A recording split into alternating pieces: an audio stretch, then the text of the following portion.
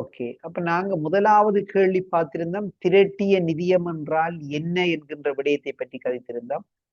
திரட்டிய நிதியம் என்பது சட்டத்தினாலே ஒரு குறிப்பிட்ட நோக்கத்திற்கென்று ஒதுக்கப்படாத இலங்கை அரசாங்கத்தின் நிதியங்கள் யாவும் ஓர் திரட்டிய நிதியமாகும் என்கின்ற விட கொடுக்கணும்.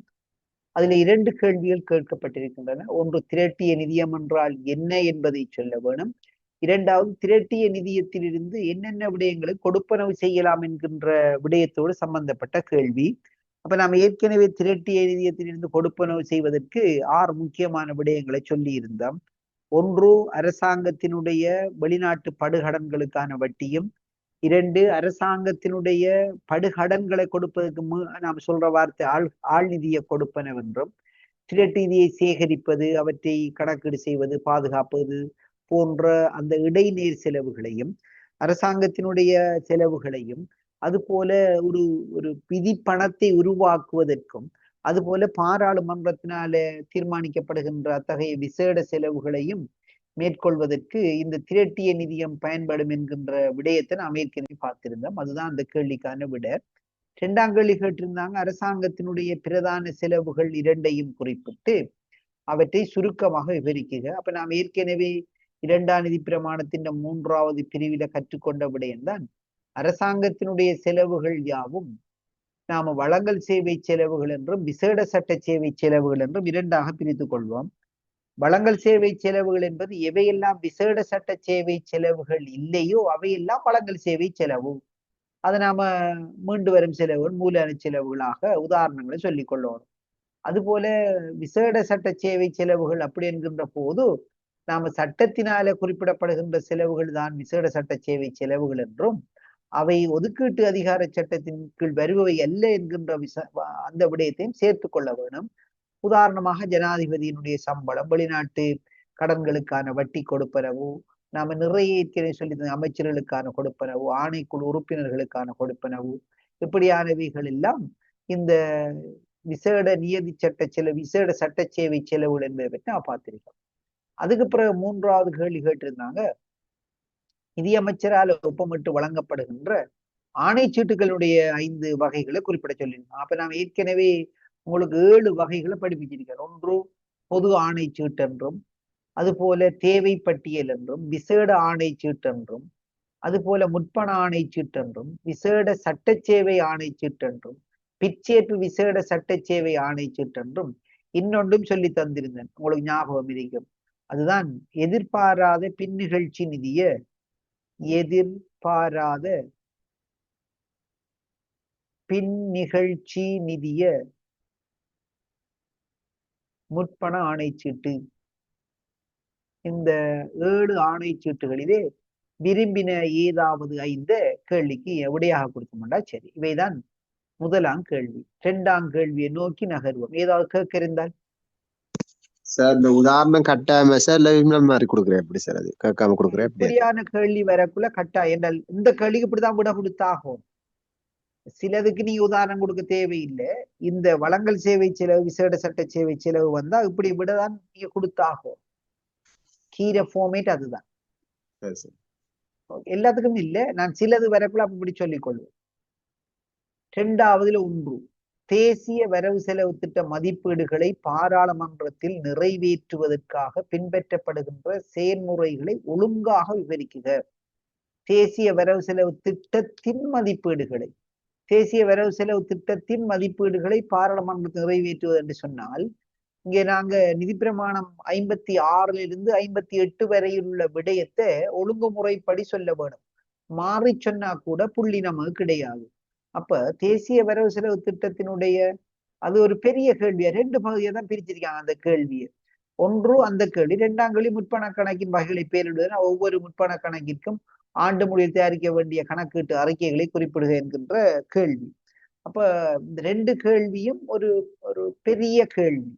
அப்ப நாம இதான் கேள்விதான் விட நாம பாடமாகிக் கொள்றதா உள்ள விஷயம். அந்த வரிசையில ஒரு வரவு செலவு திட்டமானது எவ்வாறு பாராளுமன்றத்தில் சமர்ப்பிக்கப்பட்டு சட்டமாக்கப்படுகின்றது என்கின்ற விடயம் தான் முதலாவது கேள்வி.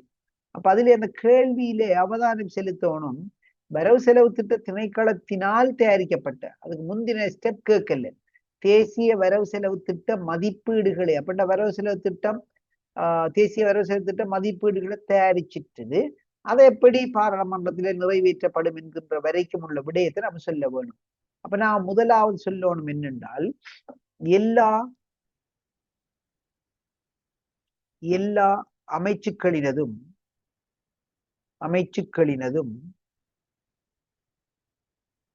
எல்லா அமைச்சுக்களினதும் மதிப்பீடுகளினை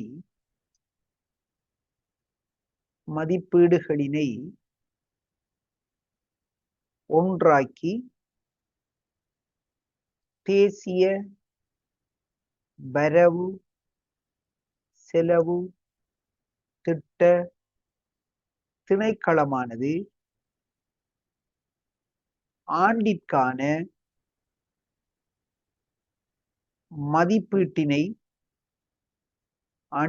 மதிப்பீட்டினை தயாரிக்கும்.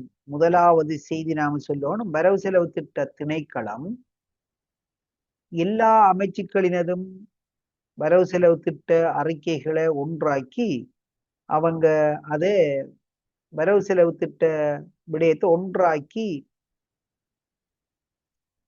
ஒரு வரவு செலவு திட்ட அறிக்கையை தயாரிப்பாங்க. இவ்வாறு தயாரிக்கப்படுகின்ற அறிக்கையை அவங்க என்ன செய்யணும் என்று சொன்னா, அடுத்த கட்டமாக அதை பிரசுரிப்பதற்காக அரசு அச்சக கூட்டுத்தாபனத்திற்கு அவற்றை அனுப்பி வைக்க வேண்டும். தயாரிக்கப்பட்ட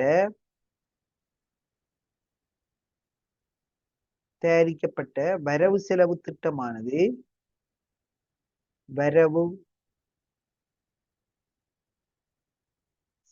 திட்டமானது அரச அச்சக கூட்டுத்தாபனத்திற்கு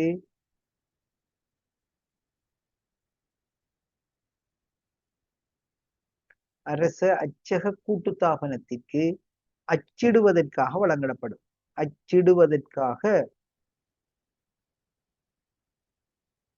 வழங்கப்படும். இவ்வாறு வழங்கப்படுகின்ற ஆவணத்தை நாம சொல்லுவோம் பாதுகாக்கப்பட்ட ஆவணம் என்ற வார்த்தையை இதுல சொல்லணும். இது பாதுகாக்கப்பட்ட ஆவணமாகும். அப்படின்ற அர்த்தம், இதை யாருமே இது தொடர்பாக எந்த ஒரு விடயத்தையும் பாராளுமன்றத்தில நிதி அமைச்சர் சமர்ப்பிக்கும் வரைக்கும் கதைச்சிடவே கூடாது. அதால பாதுகாக்கப்பட்ட ஆவணம் என்று சொல்றோம். பிறகு நிதி அமைச்சர் என்ன செய்வார், இதை பாராளுமன்றத்தில் ஒன்று சமர்ப்பிப்பார். அவ்வாறு சமர்ப்பிக்கின்ற விடயத்தை நாம சொல்லுவோம் ஒதுக்கீட்டு சட்ட மூலம் என்று நாம சொல்லுவோம். அப்ப நாம சொல்ல போறோம், நிதி அமைச்சரால்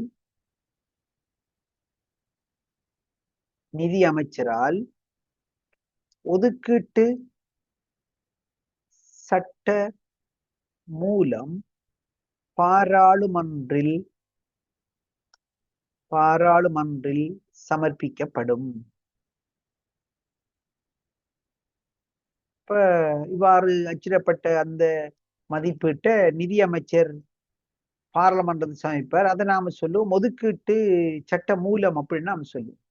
இவ்வாறு ஒதுக்கீட்டு சட்ட மூலம் சமர்ப்பிக்கப்பட்ட பிறகு அந்த ஒதுக்கீட்டு சட்ட மூலத்திலே உள்ளடக்கப்படாத விடயங்கள் எவையேனும் இருந்து அவை கட்டாயம் அந்த ஏற்கனவே அச்சிடப்பட்ட வரை மதிப்பீட்டோடு சேர்க்க வேணும் என்கின்ற தேவைப்பாடு உணரப்பட்டால் அவற்றிற்கு குழு நிலையில் அனுமதி பெற்று, குழு நிலையில் அனுமதி என்பது அமைச்சரவை குழுவிடம் அனுமதி பெற்று அவற்றை ஏற்கனவே அச்சிடப்பட்டிருக்கக்கூடிய அந்த வரை மதிப்பீட்டோடு நாம சேர்த்து கொள்வோம். அதுக்கு பெயர் குழு நிலை திருத்தம் என்று நாம சொல்லுவோம். அப்ப முதலாவது விடயமாக வரவு செலவு திட்ட திணைக்களம் அச்சிடுவதற்காக வரவு செலவு திட்டத்தை தயாரிக்கிறது, அதை அச்சிடுவதற்கு அரசு அச்சக கூட்டுத்தாபனத்துக்கு அனுப்புறது, அது பாதுகாக்கப்பட்ட ஆவணம் என்று சொல்றது, அந்த ஆவணத்தை நிதி அமைச்சர் பாராளுமன்றத்துல சமர்ப்பிப்பது, அதை ஒதுக்கீட்டு சட்ட மூலம் என்று நாம சொல்லுவோம்.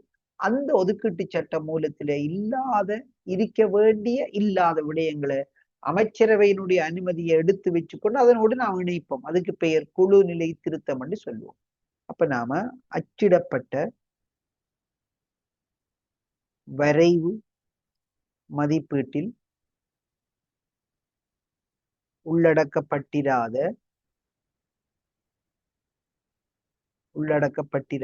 ஆனால் அத்தியாவசியமான செலவுகள்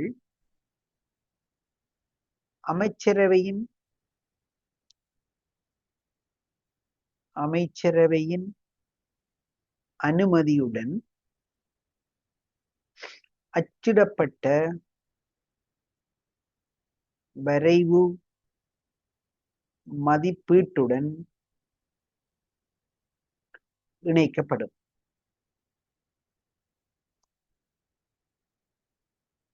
இது குழு நிலை திருத்தம் எனப்படும். இது குழு நிலை திருத்தம் எனப்படும். இப்ப இதை நாம குழு நிலை திருத்தம் என்று நாம சொல்லுவோம். இந்த குழு நிலை திருத்தம் பெறப்பட்ட விடயத்துக்கு நாங்க குழு நிலை விவாதங்கள் செய்து அதற்கு வாக்கெடுப்பை நாம செய்வோம். அப்ப குழு நிலை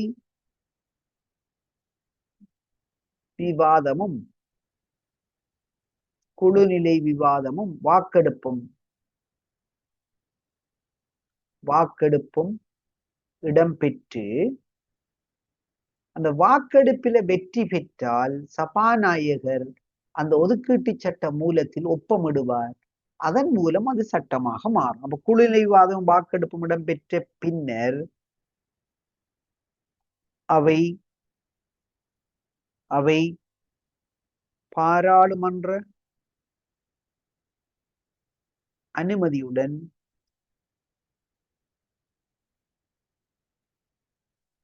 சபாநாயகரால்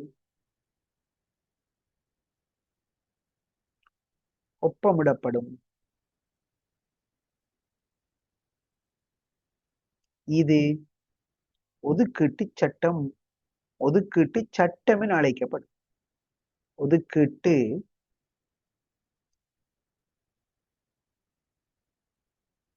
சட்டம் எனப்படும். இவ்வளவு வரைக்கும் நாம் அந்த விடையை கொடுக்க வேணும்.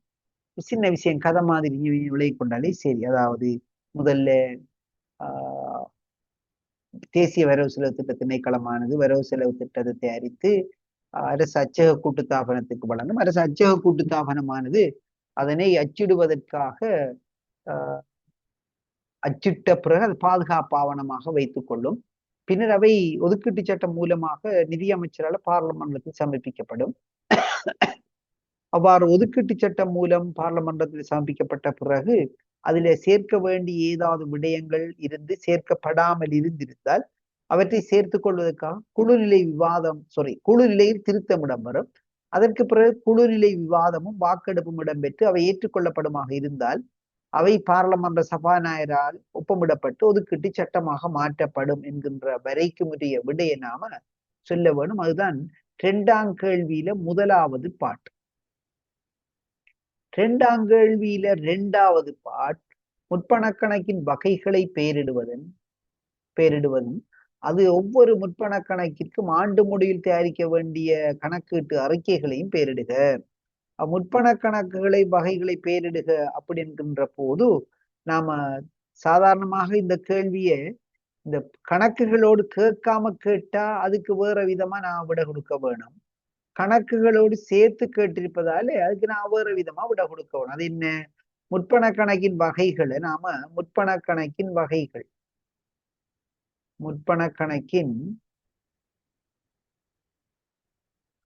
வகைகள் ஏற்கனவே நான் 1ஆம் அத்தியாயம் படிக்கின்ற போது முற்பண கணக்கு 7 வகைகள் சொல்லி தந்திருக்கிறேன். அபிவிருத்தி முற்பண கணக்கு, களஞ்சிய முற்பண கணக்கு, உற்பத்தி முற்பண கணக்கு, வியாபார இலாப நட்ட முற்பண கணக்கு, அரச உத்தியோகத்தர் முற்பண கணக்கு, அரச கூட்டுத்தாபன முற்பண கணக்கு, ஏனைய முற்பண கணக்குன்னு 7 வகைகள் சொல்லி தந்திருக்கிறேன். ஆனால் நாம முற்பண கணக்கு என்கிற அத்தியாயத்தை படிக்காம தான் பேப்பருக்குள்ள வந்திருக்கோம். அந்த அத்தியாயம் சொல்ற விஷயம் என்னன்னா முற்பண கணக்கு 3 வகைப்படும். இந்த கேள்விக்கு அந்த விடையை தான் கொடுத்தாக வேணும். அது என்ன? முற்பண கணக்கின் 3 வகை என்ன? ஒன்று களஞ்சிய முற்பண கணக்கு. களஞ்சிய முற்பண கணக்கு விட கொடுக்கணும். களஞ்சிய முற்பண கணக்கு. 2வது நாம சொல்லணும் விசேட முற்பண கணக்கு. விசேட முற்பண கணக்கு. 3வது நாம சொல்லணும் உற்பத்தி வியாபார இலாப நட்ட முற்பண கணக்கு. உற்பத்தி, வியாபார, இலாப நட்ட, முற்பண கணக்கு. இப்படி முற்பண கணக்குல 3 வகையாக நிதி பிரமாணம் 501 கீழ் நாங்க பாகுபடுத்தலாம். அந்த வரிசையில இந்த கேள்வியில 2 பாட்டு இருக்குது. ஒன்று முற்பண கணக்கின் வகைகளை பெயரிடுவதுடன் அந்த ஒவ்வொரு முற்பண கணக்கிற்கும் ஆண்டு முடிவில் தயாரிக்க வேண்டிய கணக்கீட்டு அறிக்கைகளையும் குறிப்பிடுக. அப்ப இது 506ஆம் நிதி பிரமாணத்துல வார விஷயம்தான். ஒவ்வொரு முற்பண கணக்குக்கும் என்ன ஆண்டிறுதியில தயாரிக்க வேண்டிய கணக்கு என்பது. அந்த வரிசையில நாம முற்பண கணக்கு தொடர்பாக தயாரிக்க வேண்டிய கணக்குகளை பார்த்தோம்னா, களஞ்சிய முற்பண கணக்காக இருந்தால் தயாரிக்க வேண்டிய கணக்கு ஒன்று களஞ்சிய பேரேட்டு கணக்கு. களஞ்சிய பேரேட்டு கணக்கு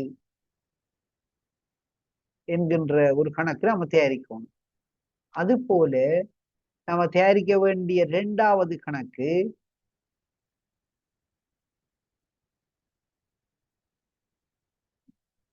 நிதி நிலைமை கூற்று. நிதி நிலைமை கூற்று என்கின்ற 2 கணக்குகளை நாம தயாரிக்கணும். இது களஞ்சிய பேரேட்டு கணக்காக இருந்தால். அதுபோல விசேட முற்பண கணக்காக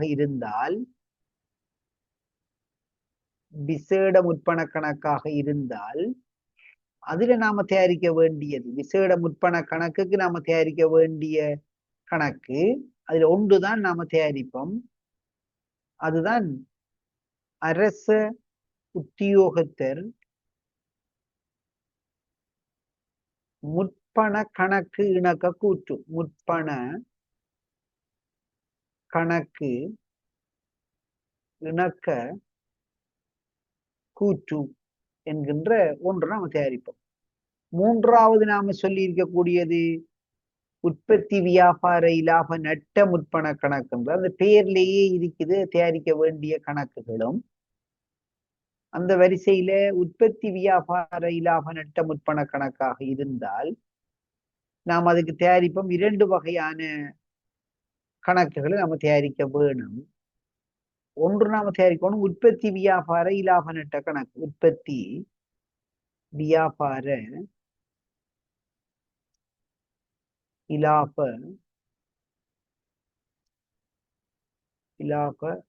நட்ட கணக்கு. அதையும் நிதி நிலைமை கூற்றை நம்ம தயாரிப்போம். நிதி நிலைமை கூற்று. இவைதான் இந்த ஒவ்வொரு முற்பண கணக்கு தொடர்பாகவும் நாம தயாரிக்க வேண்டிய கணக்குகளாக இருக்கும். 3 தான் இருக்குது. களஞ்சிய முற்பண கணக்கு, களஞ்சிய பேரிட்டு கணக்கு, நிதி நிலைமை கூற்று. விசேட முற்பண கணக்கு, அரச உத்தியோகத்தர் முற்பண கணக்கு இணக்க கூற்று. உற்பத்தி, வியாபார, இலாப நட்ட கணக்கு, உற்பத்தி, வியாபார, இலாப நட்ட கணக்கும் நிதி நிலைமை கூற்றையும் நாம தயாரிக்க வேண்டியதாக இருக்கும். அது 2ஆம் கேள்வியின் 2வது பகுதி. ஏதாவது கேட்கிறீங்களா?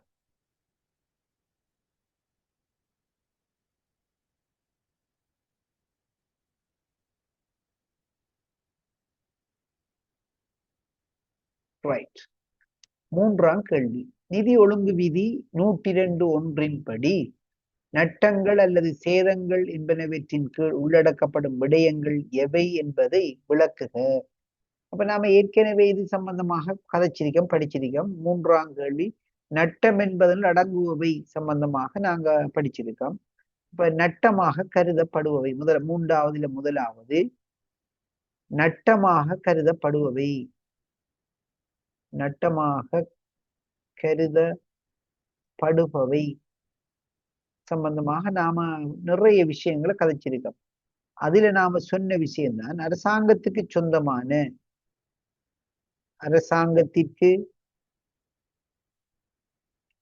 சொந்தமான பணம், பண்டம், பயிர், உயிர், தாவரம், முத்திரை போன்றவற்றின் இழப்பு. போன்றவற்றின் இழப்பு அரசாங்கத்துக்கு நட்டம் அப்படின்னு படிச்சிருக்கோம். நட்டமாக எவற்றை கருதலாம் என்பதற்கு நாங்க நிதிப்பிரமாண 102 விதியின் பிரகாரம் நாங்க சில விடயங்களை கதைச்சிருக்கோம். அரசாங்கத்துக்கு சொந்தமான பணமோ பண்டமோ பயிரோ உயிரோ தாவரமோ விலங்கோ முத்திரையோ என்பனவற்றினுடைய இழப்பு அரசாங்கத்துக்கு நட்டம்.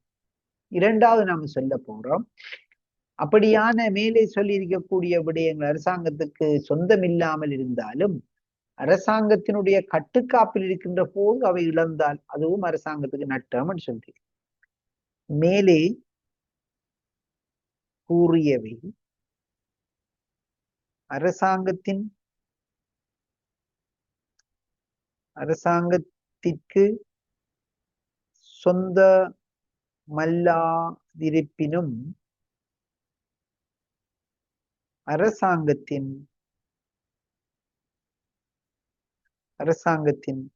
கட்டுக்காப்பில் உள்ள போது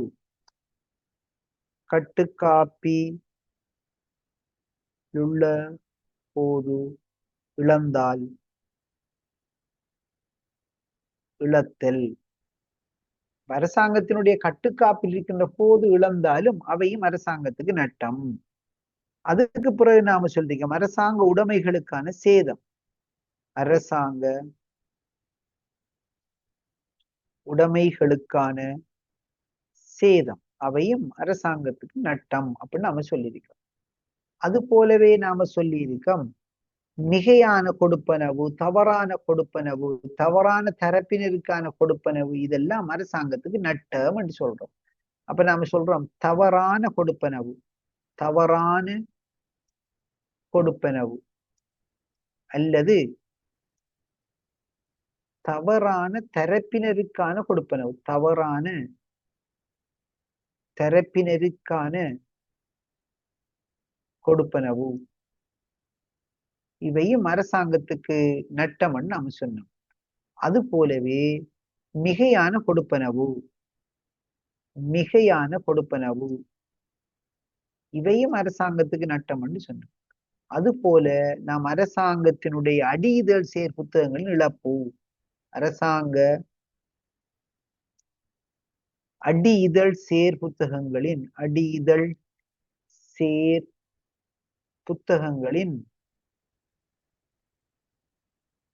இழப்பு, இவைதான் நாம நட்டம் என்கின்ற விடயத்துள் கருதுகின்ற அம்சங்களாக பார்த்திருந்தோம். அது 3ஆம் கேள்வியில முதலாவது பாட்டு. 3ஆம் கேள்வியில முதலாவது நட்டம் அல்லது சேதம் என்பனவற்றின் உள்ளடக்கப்படுகின்ற விடயங்கள் எவை என்பதை விளக்குக. அப்படி சொன்னா போதும். 2வது கேள்வி நிதிப்பிரமாண நிதி ஒழுங்கு விதிகள் 110 படி நட்டங்கள் பதிவேட்டில் உள்ளடக்கப்படும் விடயங்களை விளக்குக. விளக்குக என்ற அர்த்தம் சொல்லுங்க என்றுதான் அர்த்தம். இதுல விளக்குறதெல்லாம் இல்லை. அப்ப நட்டங்கள் தொடர்பான பதிவேட்டில் உள்ளடக்கப்படுகின்ற விடயங்கள்ல 11 அம்சங்கள் இருக்குது. அப்ப நட்டம் தொடர்பான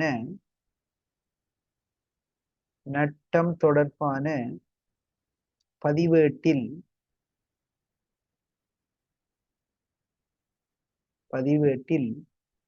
உள்ளடக்கப்படுபவை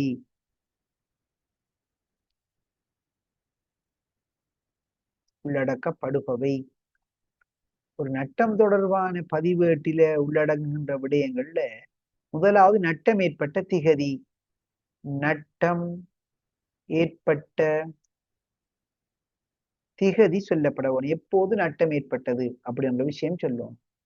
2வது நட்டத்தின் தன்மை வகை சொல்லப்பட வேணும்.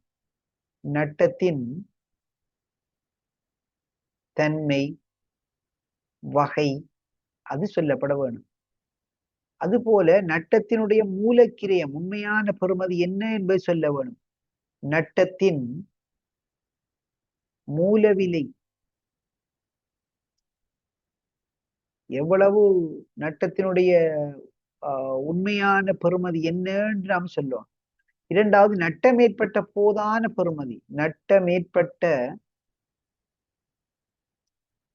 போதான பெறுமதி அது சொல்ல வேண்டாம. நட்டம் அதனுடைய மூலப்பெறுமதி உண்டரிக்கும், ஆனா நட்டம் அடைந்த போது அதனுடைய பெறுமதி என்ன என்பதை நாம் சொல்லுவோம். அதுபோல நட்டம் தொடர்பாக அறவிடுவதற்கு தீர்மானிக்கப்பட்ட உச்ச பெறுமதி என்ன என்பதை சொல்லும். நட்டம் தொடர்பாக அறவிட தீர்மானிக்கப்பட்ட உச்ச பெறுமதி என்ன?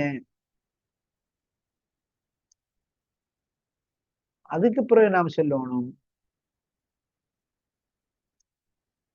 அந்த உச்ச பெறுமதியில் அறவிட தீர்மானிக்கப்பட்ட பெறுமதி என்ன என்பதை சொல்லணும். அறவிடுவதற்கு தீர்மானிக்கப்பட்ட பெறுமதி என்ன? அறவிடுவதற்கு தீர்மானிக்கப்பட்ட பெறுமதி அதை நாம சொல்லணும். அப்படியாக தீர்மானிக்கப்பட்ட பெறுமதியில நாம எவ்வளவு தொகையை இதுவரைக்கும் கடைசியாக அறவிட்ட தொகை என்ன என்பதை சொல்லணும். இறுதியாக அறவிடப்பட்ட பெறுமதியும் திகதியும் எப்ப கடைசியா நாம் அறவிட்டம் எவ்வளவு அறவிட்டம் என்பதை சொல்லும். அவ்வாறு இனி அறவிட முடியாமல் இருந்தால் நாம அந்த விடயத்துக்கு பதிவளித்தல் கட்டளை ஒன்றை பெற்றுக்கொள்ள வேண்டும். பதிவளித்தல் கட்டளையின்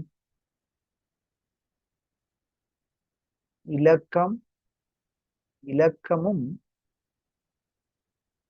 திகதியும், பதிவளித்தல் கட்டளை எப்ப நாம பெற்றுக்கொண்டோம் என்பதையும் நாம சொல்லி அந்த விடயத்துல பதிவளிக்கப்பட்ட திகதியை நாம பதிவளித்தல் கட்டளை இலக்கத்தை நாம சொல்லி முடிவுறுத்தியது நட்டம் தொடர்பாக முடிவுறுத்திய திகதியை நாம சொல்லலாம். எல்லாம் சொல்லாடி இவ்வளவு வரையுமாவது நாம நட்டம் தொடர்பான பதிவேட்டில பதிய வேண்டிய அம்சங்களை நாம் சொல்ல வேண்டியதாக இருக்கும்.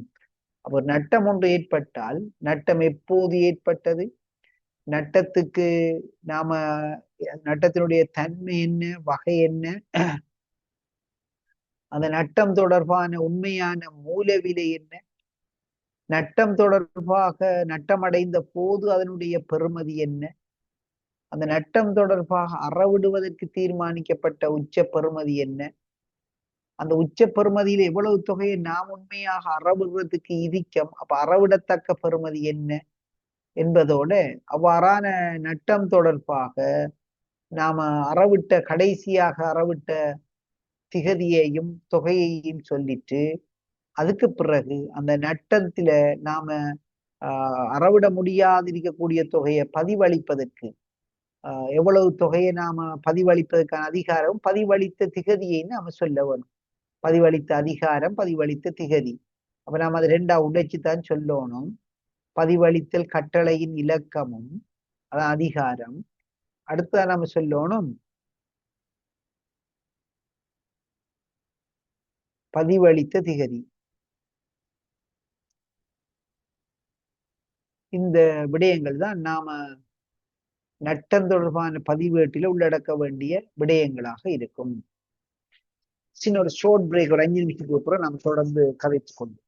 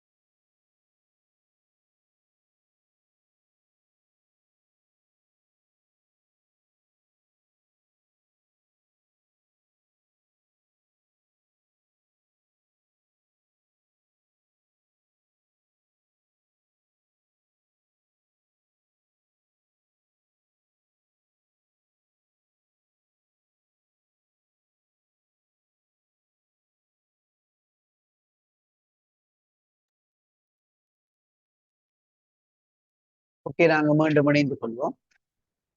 அந்த வரிசையில ஒரு அரசாங்கத்தினுடைய செலவுகள் நட்டங்கள் தொடர்பான பதிவேட்டில் உள்ளடக்கப்பட வேண்டிய விடயங்கள் சம்பந்தமாக நாங்க பார்த்திருந்தோம். அதனுடைய மூன்றாவது கேள்வி, எதிர்பாராத செலவு நிதியத்திலிருந்து முற்பணம் ஒன்றை பெறுவதற்கு பொருத்தமான சந்தர்ப்பங்கள் எவை என்பதை விளக்குக. இந்த விளக்குக என்று வாரம் எல்லாம் நீங்க எப்படி எடுத்துக்கொள்ளணும்னா கூறுக. எவ்வாறுல நாம உங்களுக்கு படிப்பிச்சதான் விட மேலதிகமா புத்தகத்திலே இப்ப சட்டத்திலே இல்லாத விடயங்கள் நாம போட்டு விளக்க இல்லாது. எனவே கேள்வி அப்படித்தான் வரும், நீ அதை புரிந்து கொள்ள வேண்டும். விளக்குகள் என்றால் அதுக்கு நீங்க ஏதாவது விளக்கம் கூறி நான் வளமையா கேள்வி அந்த விளக்குகள் வந்த விளக்குற மாதிரி இங்க விளக்குறாங்க. நீங்க என்ன அப்படி என்ற விஷயம் எதிர்பாராத செலவு நிதியத்திலிருந்து முற்பணம் பெறுவதற்கு 3 சந்தர்ப்பங்கள்லாம் சொல்லி எதிர்பாராத செலவு நிதியத்தில் முற்பணம் பெறும். இப்படி முற்பணம் பெறுதல் 3 சந்தர்ப்பங்கள்ல நாங்க அதை பற்றி கதைச்சிருக்கோம். ஒரு சந்தர்ப்பம் சொல்லி இருக்கோம், ஒதுக்கீடு எதுவும் இல்லாத போது. ஒதுக்கீடு எதுவும் இல்லாத போது, ஒதுக்கீடு எதுவும் இல்லாத போது நாம் எதிர்பாராத பின் நிகழ்ச்சி நிதியத்திலிருந்து முற்பணத்தை பெற்றுக் கொள்ளலாம் என்றோம். வகை மாற்றம் தடுக்கப்பட்டிருக்கும் போது, வகை மாற்றம் தடுக்கப்பட்டிருக்கும் போது,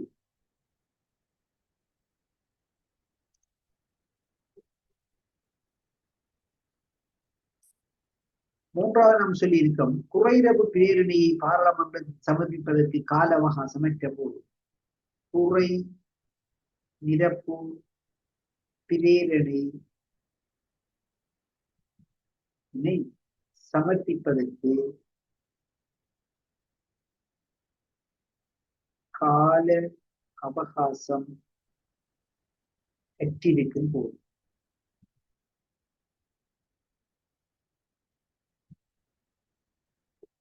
கால அவகாசம் அற்றிருக்கும் போது இப்படியான சூழ்நிலையில தான் நாம இந்த எதிர்பாராத பின் நிகழ்ச்சி நிதியத்திலிருந்து முற்பணம் பெறலாம் என்கின்ற விடயத்தை நாங்க ஏற்கனவே நிதி பிரமாணம் 78 மற்றும் அரசியலமைப்பு சட்டத்தினுடைய 151 பிரிவின் கீழே நாம கற்றிருக்கோம்.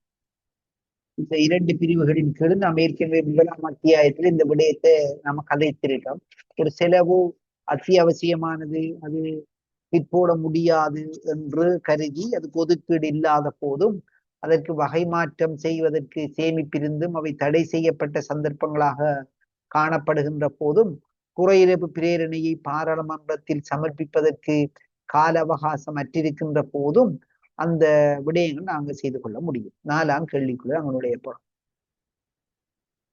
அரச திணைக்களம் மூலம் கீழே குறிப்பிடப்பட்டுள்ள சேவைகளுக்காக கொடுப்பனவினின் போது உறுதிச்சீட்டினை சான்றுறுதி செய்யும் உத்தியோகத்தரால் பெற்றுக்கொள்ள வேண்டிய விசேட சான்றிதழ்கள் எவை என்பதை குறிப்பிடுக.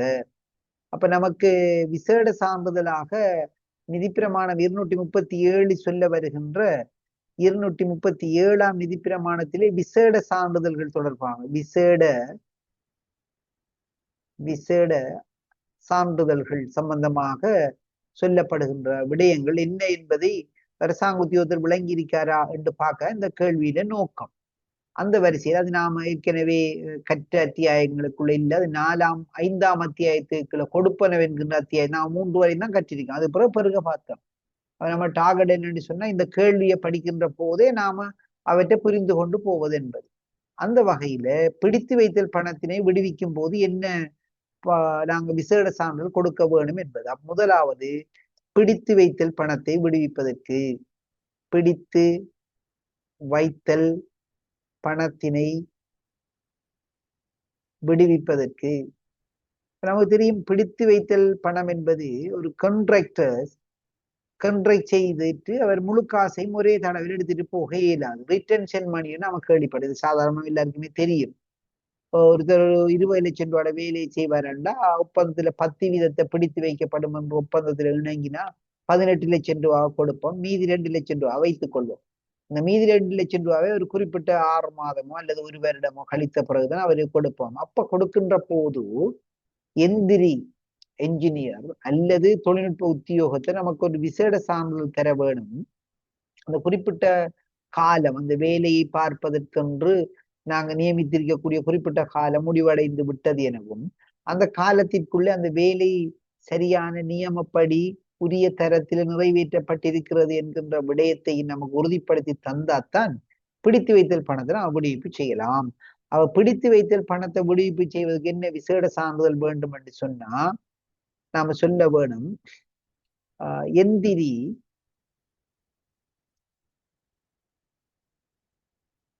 எந்திரி அல்லது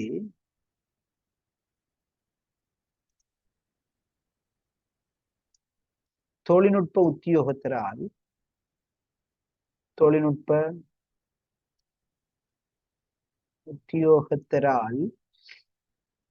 குறிப்பிட்ட வேலை தொடர்பாக ஒப்பந்தத்தில் சொல்லப்பட்ட காலம் நிறைவடைந்திருப்பதாகவும் அக்கால பகுதி முடிவில் குறிப்பிட்ட வேலை உரிய தரத்தில் காணப்படுவதாகவும்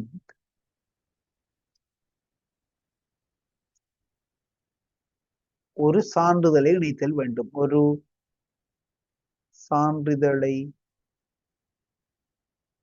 இணைத்தல் வேண்டும்.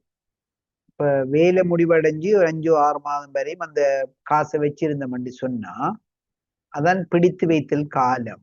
அந்த காலத்துக்கு பிறகு அவருக்கு அந்த பணத்தை நாம கொடுக்க வேணும் என்றால் டிஓ அல்லது என்ஜினியர் சொல்லணும், அந்த காலம் முடிவடைஞ்சிட்டுது, அந்த காலத்துக்குள்ள அந்த வேலையில எந்த ஒரு டேமேஜும் இல்லை, அது உரிய தகுதி தராதரங்களை பின்பற்றித்தான் அந்த வேலை நடைபெற்றிருக்கிறது என்கின்ற சான்றிதழ் நமக்கு தர வேண்டும். அதுதான் அந்த பிடித்து வைத்தல் பணத்தை விடுவிப்பு செய்வதற்கான விசேட சான்றிதழாக இருக்கும்.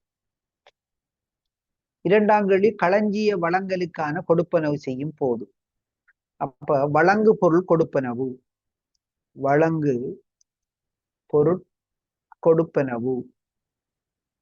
பொதுவாக ஒரு கொடுப்பனவு ஒன்று செய்ய வேண்டும் என்றால் அதுக்கு நாங்க அதனுடைய பட்டியலை இணைக்க வேணும். இணைத்தால் அதுக்கான கொடுப்பனவு செய்யலாம். உதாரணத்துக்கு இப்ப மின்சாரத்துக்கு கொடுப்பனவு சொன்னா மின்சார பட்டியல் இணைக்கும், டெலிபோனுக்கு கொடுப்பனவு சொன்னா டெலிபோன் பட்டியல் இணைக்க வேண்டும். ஆனால் ஒரு வழங்கு பொருளுக்கு அப்படி பட்டியலை இணைத்தால் மட்டும் கொடுப்பனவு செய்ய முடியாது. அதன் போது அந்த களஞ்சிய பொறுப்பாளர் அந்த பொருட்கள் எல்லாம் பெறப்பட்டு அவை முறையாக களஞ்சியப்படுத்தப்பட்டிருப்பதோடு களஞ்சிய பேரேட்டிலும் அது பதிவு செய்யப்பட்டிருக்கிறது என்கின்ற பொருள் பெறுகை குறிப்பு, குட் ரிசீவ் நோட்டை நமக்கு ஒப்பமிட்டு தந்தால்தான் அதற்கான கொடுப்பனவை நாம செய்யலாம். எனவே விசேட வழங்கு பொருள் கொடுப்பனவுக்கான விசேட அத்தாட்சி, விசேட சான்றிதழ் என்னவாக இருக்கும் என்றால், வழங்கு பொருட்கள்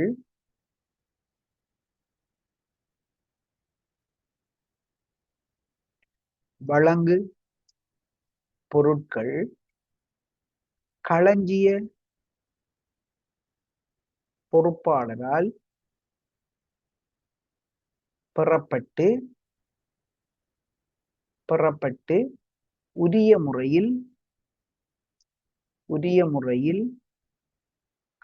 பெறப்பட்டு உரிய முறையில் களஞ்சியப்படுத்தப்பட்டிருப்பதோடு சொல்லுங்க சார், கொஞ்சம் வெளியில.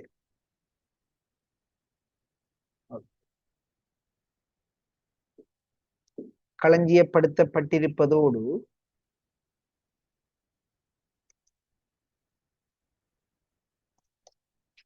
அப்ப வழங்கு பொருட்கள் களஞ்சிய பொறுப்பாளரால் பெறப்பட்டு உரிய முறையில் களஞ்சியப்படுத்தப்பட்டிருப்பதோடு அவை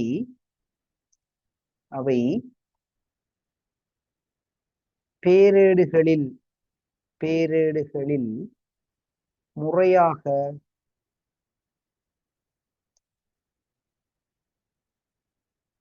பதியப்பட்டிருக்கிறது எனும் எனும் பொருள் பெறுகை குறிப்பினை இணைத்தல் வேண்டும். அப்ப வழங்கு பொருளுக்கு நாம கொடுப்பனவு செய்ய வேணும் என்று சொன்னா குட் ரிசீவ் நோட் இருக்கணும். அந்த குட் ரிசீவ் நோட் என்னது சொல்லும் என்றால் பொருட்கள் வந்து கிடைச்சிட்டுது, அதை நான் களஞ்சியப்படுத்தி இருக்கேன். அதை களஞ்சியப்படுத்தி இருக்கிறது மாத்திரம் இல்லாமல் நான் அதை உரிய ஏடுகள், அது நுகரு பொருளாக இருந்தால் நுகரு பொருட்பதிவேடு, அல்லது அது பொருட்பதிவாக இருந்தால் களஞ்சிய பொருளாக இருந்தால் களஞ்சிய பொருட்பதிவேடு, இருப்பு பொருட்பதிவேடு, அப்படி என்கின்ற இடங்கள்ல தான் பதிவு செய்திருக்கிறேன் என்கின்ற விடயத்தை வெளிப்படுத்துவதற்காக அவர் குட் ரிசீவ்னோடு நமக்கு சமர்ப்பிக்க வேண்டியவராக இருப்பார். இவைதான் விசேட அத்தாட்சி பத்திரம் பெற வேண்டிய இணைக்க வேண்டிய கொடுப்பனவுகளாக நிதிப்பிரமாணம் 237 நமக்கு சொல்லுது. ஈனா சம்பள ஏற்ற கொடுப்பனவு செய்யும் போது ஒரு சம்பள ஏற்றம் நமக்கு வருஷத்திலே ஒரு தடவை சம்பள ஏற்றம் வரும். அவ்வாறு சம்பள ஏற்ற கொடுப்பனவு செய்கின்ற போது நாம் எல்லாருக்குமே தெரியும், பொது 185 என்கின்ற இன்கிரிமெண்ட் ஆர்டர் ஃபார்ம் ஒன்று அவங்க தருவாங்க.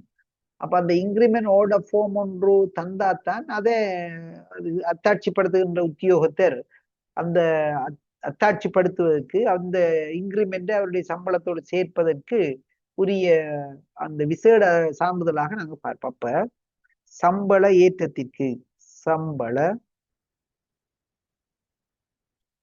ஏற்றத்திற்கு அப்ப அவர் உழைத்து பெற்ற வேதன ஏற்றம் தொடர்பான வேதன ஏற்ற கட்டளை இணைக்கப்படல் வேண்டும். இப்ப இன்கிரிமெண்டோட ஃபார்ம் ஜெனரல் 185 இணைச்சாத்தான் நம்ம அவருக்கு அந்த வேதனை ஏற்றத்தை கொடுக்கலாம். அதான் வேதனை ஏற்றத்தின் போது விசேட சான்றிதழாக நமக்கு காணப்படும். அது போல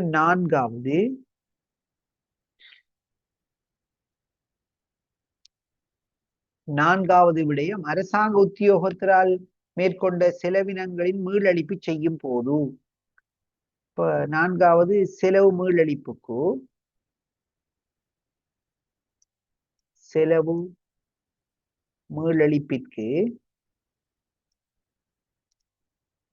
செலவு மீளளிப்பு செய்ய வேணும் என்று சொன்னா அவர் சொல்லணும், அரசாங்க உத்தியோகத்தில் அரசாங்கத்தின் நிமித்தம் ஏதாவது செலவை செய்துட்டு அதை நமக்கு மீளளிப்பு செய்யறதுக்கு கோருவாராக இருந்தால் அந்த செலவு தொடர்பான பற்றி சீட்டுகளை இணைக்க வேணும்.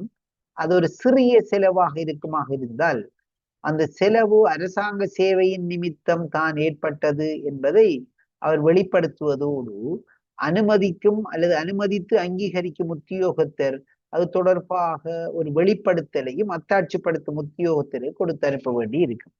உதாரணத்துக்கு இப்ப நாம ஒரு ஒர்க் ஷாப்பு போறோம், அங்க நம்மளோட காசை கொடுத்து டிராவலிங் கிளைம் எடுத்திருப்போம், டிராவலிங் செஞ்சிருப்போம். அந்த டிராவலிங் கிளைம் வந்து கேட்டால் அந்த சந்தர்ப்பத்தில டிராவலிங் கிளைமுக்கு நாம பஸ் டிக்கெட் கிடைச்சிருந்தா, பிரைவேட் டிக்கெட் கிடைச்சிருந்தா அதை நாம கொடுக்க வேணும்.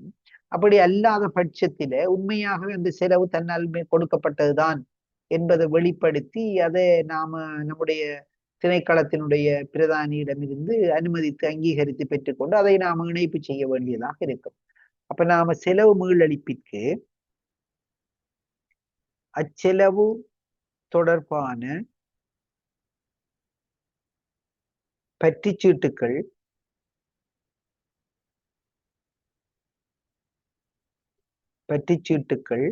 இணைக்கப்படல் வேண்டும்.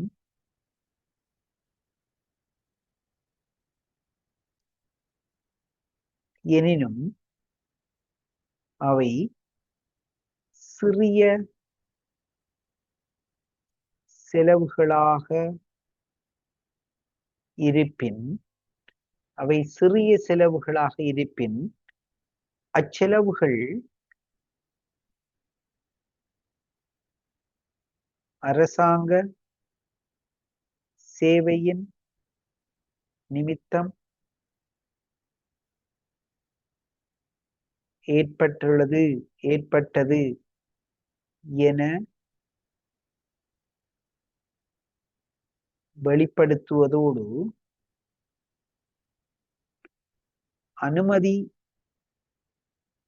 அனுமதிக்கும் மற்றும் அங்கீகரிக்கும் உத்தியோகத்தரால் அவை உறுதிப்படுத்தப்படல் வேண்டும். அவை உறுதிப்படுத்திய சான்றிதழ் இணைக்கப்படல் வேண்டும்.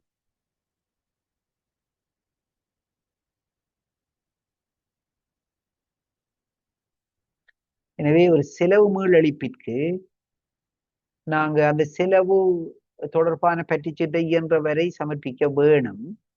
அவ்வாறு சமர்ப்பிக்க முடியாத சிறிய செலவுகளாக இருந்தால் அந்த செலவுகள் அரசாங்க சேவையின் நிமித்தம்தான் ஏற்பட்டது எனவும், அத்தகைய செலவுகளுக்கு தன்னுடைய பணத்தை கொடுத்து தான் அதை மீளமல் செய்கிறார் என்கின்ற விஷயத்தையும் அனுமதித்து அங்கீகரிக்கின்ற உத்தியோகத்தர் வெளிப்படுத்தி அதை உறுதிப்படுத்தி ஒரு சான்றிதழ் கொடுக்க வேண்டியதாக இருக்கும். 3, ஒரு ஒப்பந்தம் அல்ல உடன்படிக்கையின் கீழ் மேற்கொண்ட வேலைகளுக்கான கொடுப்பனவு செய்யும் போது, இப்ப நமக்கு சாதாரணமாக ஒரு ஒப்பந்த கொடுப்பனவு செய்தால் ஒப்பந்த கொடுப்பனவு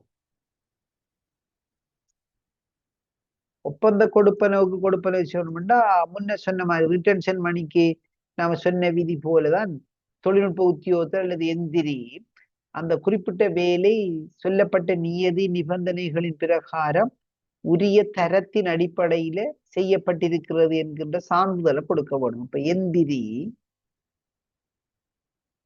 அல்லது தொழில்நுட்ப உத்தியோகத்தர்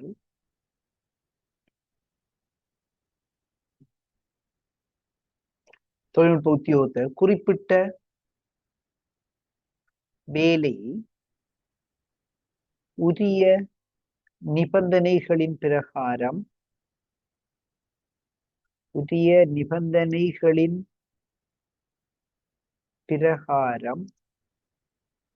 இடம்பெற்றுள்ளது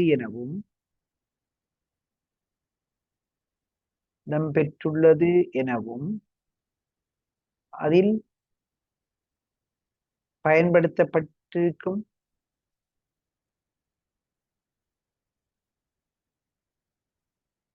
பொருட்கள் உரிய தரத்தில் உள்ளது எனவும் ஒரு சான்றிதழை இணைத்தல் வேண்டும். எனவே ஒரு எந்திரி நமக்கு இப்படியான வேலை உரிய நிபந்தனைப்படி செய்யப்பட்டிருக்குது, உரிய தரமான பொருள் பயன்படுத்தப்பட்டிருக்குது போன்ற விடயங்களை அவர் உறுதிப்படுத்தி ஒரு சான்றிதழை இணைப்பாராக இருந்தால் அதன் நிமித்தமாக நாங்கள் ஒப்பந்தத்தின் மீதுள்ள கொடுப்பனவுகளை செய்து கொள்ள முடியும். அவை ஊனா கேள்வியாக இருக்கும். ஏதாவது தொடர்பாக கேட்கிறதா கேட்டுக்கொள்ளும்.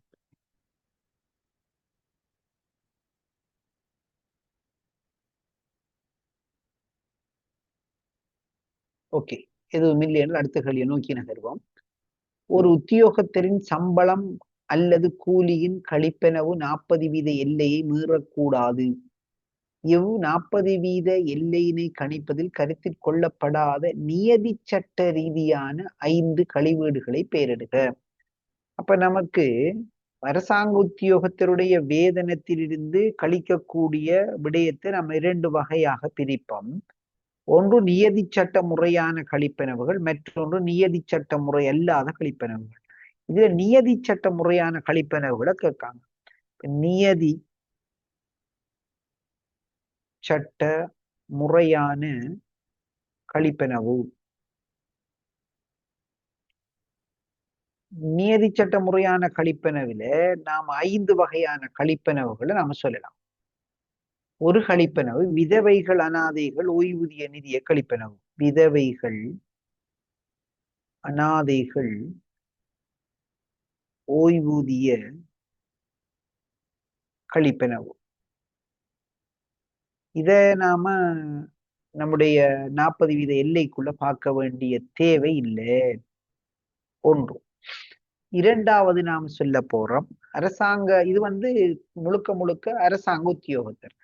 இன்னொரு பகுதியில் இருக்காங்க செமி கவர்மெண்ட், அரசாங்கம் தன்மையில செமி கவர்மெண்டல் கூட்டுத்தாபனங்கள்ல பொது முயற்சிகள்ல வேலை செய்கின்ற உத்தியோகத்தை நாம் சொல்லுவோம் செமி கவர்மெண்ட்ல வேலை செய்கிறாருன்னு நம்ம சொல்லுவோம். அப்படியானவருக்கு நாம WNOP அறவிடுறதில்லை, அவருக்கு நாம் அறவிடுறது PSPF இருக்கும், பப்ளிக் சர்வீஸ் ப்ரொவிடென்ட் ஃபண்ட். அப்ப அதை நாம சொல்றது அரசாங்க சேவை சகாய நிதிய அறவீடு.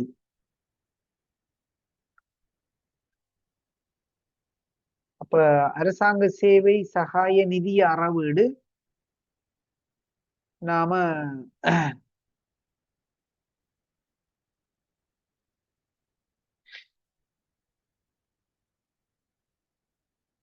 நிதிய அறவீடு,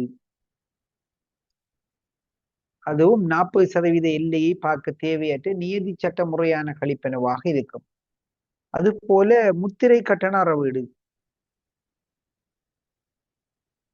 நமக்கு தெரியும் அரசாங்க உத்தியோகத்தர்கள் எல்லாருமே 25,000 ரூபாய்க்கு மேற்பட்ட சம்பளத்தை எடுக்கின்ற போது அவருடைய வேதனத்தில் 25 ரூபாய் முத்திரை கட்டணத்துக்காக அறவிடப்படும். அவை நியதி சட்ட முறையான கழிப்பெனவுகளுக்குள்ள வருகின்ற விடயமாக இருக்கும். அவை 40% எல்லையை கணிக்க தேவையற்றவையாக இருக்கும். அதுபோல உயிர் வாழ்வு சான்றிதழுக்கான உயிர் வாழ்வு சான்று உயிர்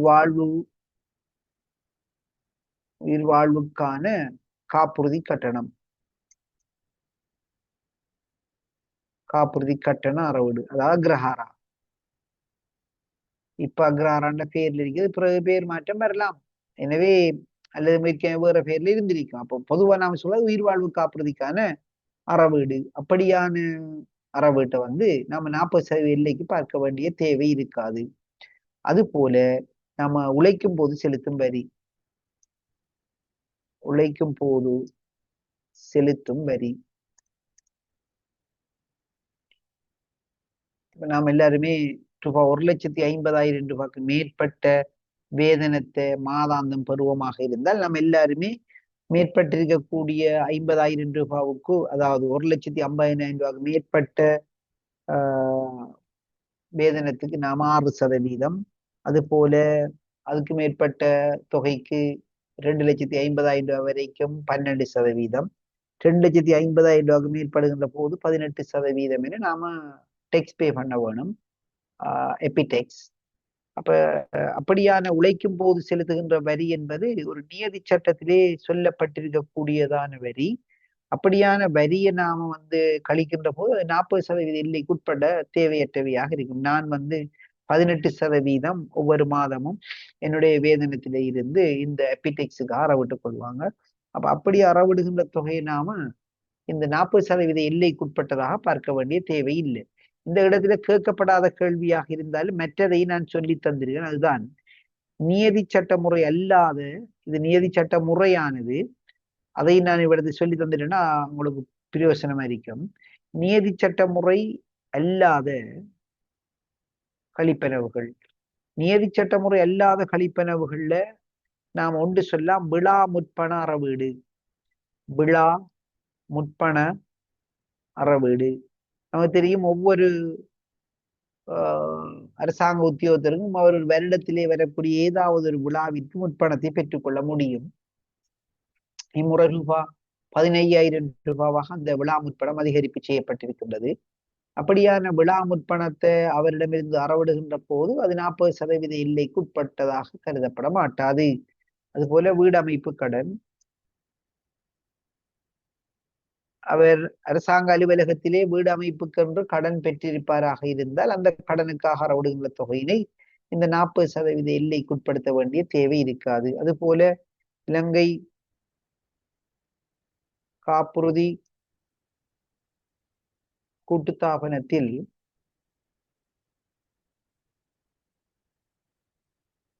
பெற்றுக்கொண்ட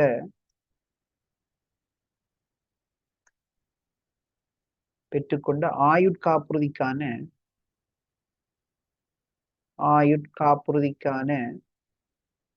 கொடுப்பனவு. ஆயுட்காப்புறுதி கட்டண கொடுப்பனவு நாம இந்த நியதி சட்ட முறை அல்லாத கழிப்பனவாக பார்க்கின்றபடியினால அது இலங்கை காப்புறுதி கூட்டுதான் பெற்றிருக்கணும். அதை நாம 40% எல்லைக்கு பார்க்க வேண்டிய தேவை இல்லாமல் இருக்கு. அது போல தேசிய வீடமைப்பு அதிகார சபைக்கான அறவீடு, அதில் ஒன்று நாம கடன் எடுத்திருக்கலாம் அல்லது நாம் இன்று சுவட்டியாக பிணையாளியாக நின்றிருக்கலாம். எது எப்படி இருந்தாலும் இவ்வாறாக நாங்க ஒரு நாம கடன் எடுத்திருந்தாலோ அல்லது சுவட்டியாக நாம நின்றாலோ அதற்காக அறவிடுகின்ற அந்த தொகை நியதி சட்ட முறை அல்லாத கழிப்பனவுகளுக்குள்ள வரும். அது போல நாம சொல்லலாம் லோகார்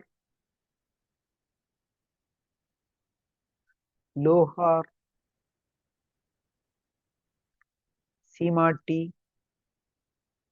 நிதிய அறவீடு.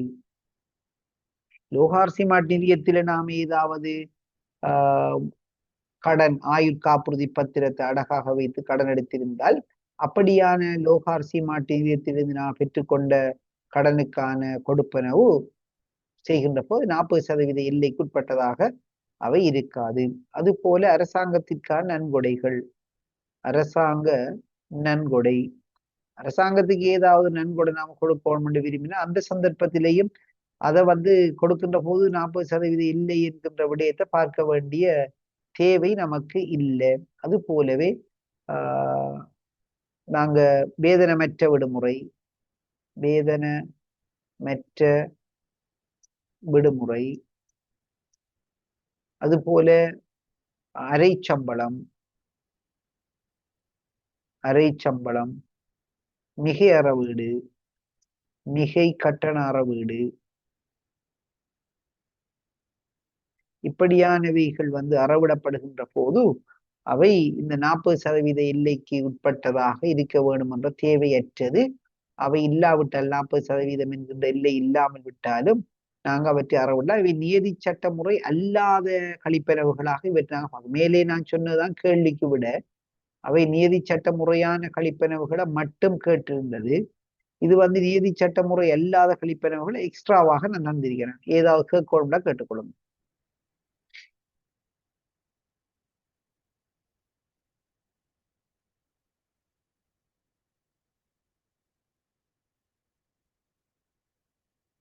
ஓகே, 5ஆம் கேள்வி.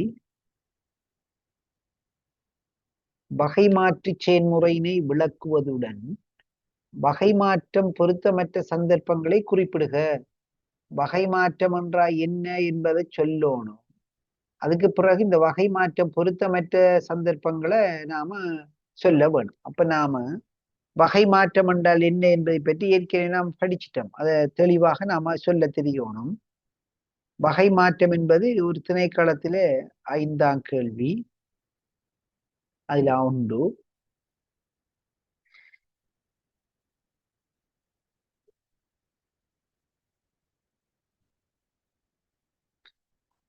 அப்ப நாம வகை மாற்றம் என்றா என்ன, அதை நாம் ஏற்கனவே படிச்சிட்டோம், தெளிவா எழுதியிருக்கோம். அதே படிதான் திரும்ப எழுத போறோம். வகை மாற்றம் அப்ப நாம சொல்லி இருக்கோம், வகை மாற்றம் அப்படின்னு சொல்றது ஒரு அமைச்சுக்கு அல்லது ஒரு திணைக்களத்திற்கு ஏதாவது ஒரு செலவு விடைத்து கொடுக்கப்படுகின்ற தொகை அந்த நிதியாண்டில் செலவு செய்வதற்கு போதாமல் இருந்து அதே திணைக்களத்திற்கு வேறொரு செலவுக்கு கொடுக்கப்பட்ட தொகை செலவு செய்த பின்பும் மீதமாக இருந்தால் அந்த மீதியை இந்த பற்றாக்குறைக்கு மாற்றுதல் வகை மாற்றம் எனப்படும் என்று நான் படிச்சிருக்கேன். அப்ப நாம் எழுத போறோம், ஒரு திணைக்களத்திற்கு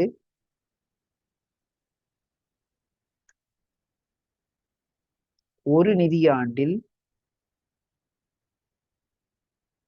வழங்கப்பட்ட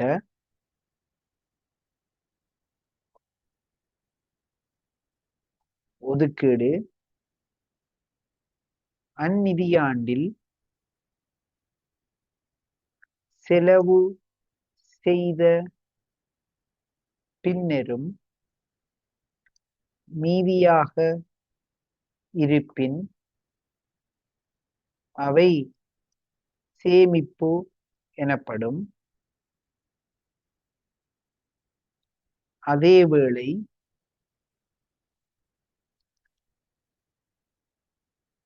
அத்திணைக்களத்தின்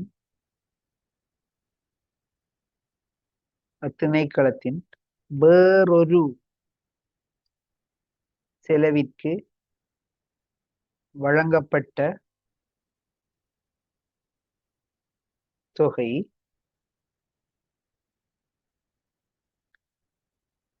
செலவு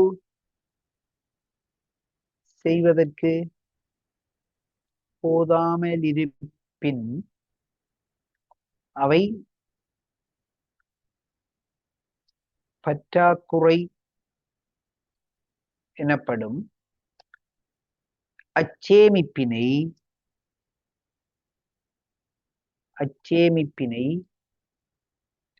இப்பற்றாக்குறைக்கு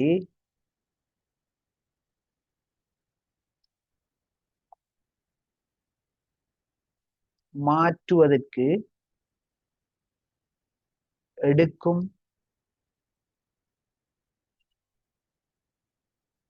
நடவடிக்கை வகை மாற்றம் எனப்படும். வகை மாற்றம் என்று சொன்னா, ஒரு செலவுக்கு வழங்கப்பட்ட தொகை செலவு செய்வதற்கு போதாமல் இருந்து இன்னொரு செலவுக்கு வழங்கப்பட்ட தொகை செலவு செய்வதற்கு மேலதிகமாக இருந்தா அந்த மேலதிகமாக இருக்க தொகையை சேமிப்பென்றும் போதாமல் இருக்க தொகையை பற்றாக்குறை என்றும் கருதி அந்த சேமிப்பை பற்றாக்குறைக்கு மாற்றுவதற்கு எடுக்கும் நடவடிக்கையை நாம சொல்றோம் வகை மாற்றம் என்று சொல்றோம். வகை மாற்றம் அதுல தொடர்ந்து 2 கேள்வி இருக்கு அதுல. அப்படி வகை மாற்றம் பொருத்தமற்ற சந்தர்ப்பத்தை குறிப்பிடுக. 14 சந்தர்ப்பங்கள் 5 சந்தர்ப்பம். பொருத்தமற்ற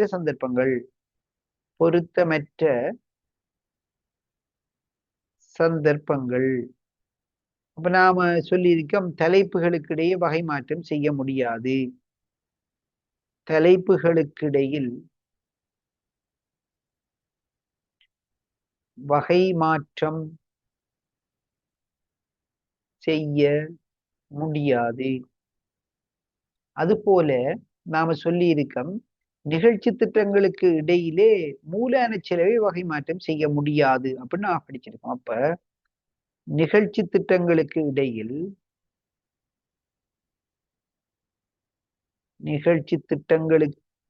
இடையில்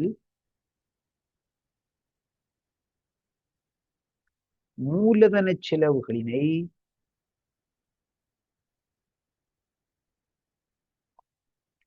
வகை மாற்றம் செய்ய முடியாது.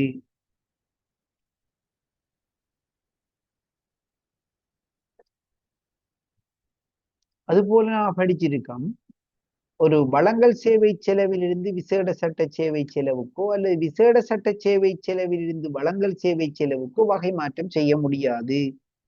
அப்ப வழங்கல் சேவை செலவுகளிலிருந்து விசேட சட்ட சேவை செலவிற்கோ அல்லது விசேட சட்ட சேவை செலவிலிருந்து வழங்கல் சேவை செலவுக்கோ வழங்கல் சேவை செலவிற்கோ மாற்ற முடியாது.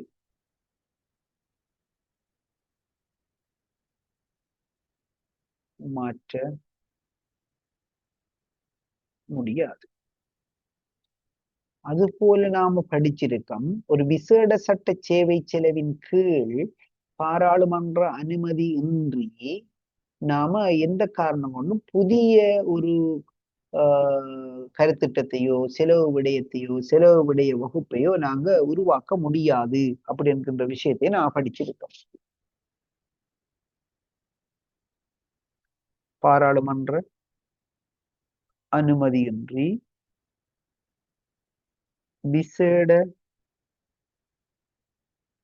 சட்ட சேவையின் கீழ் புதிய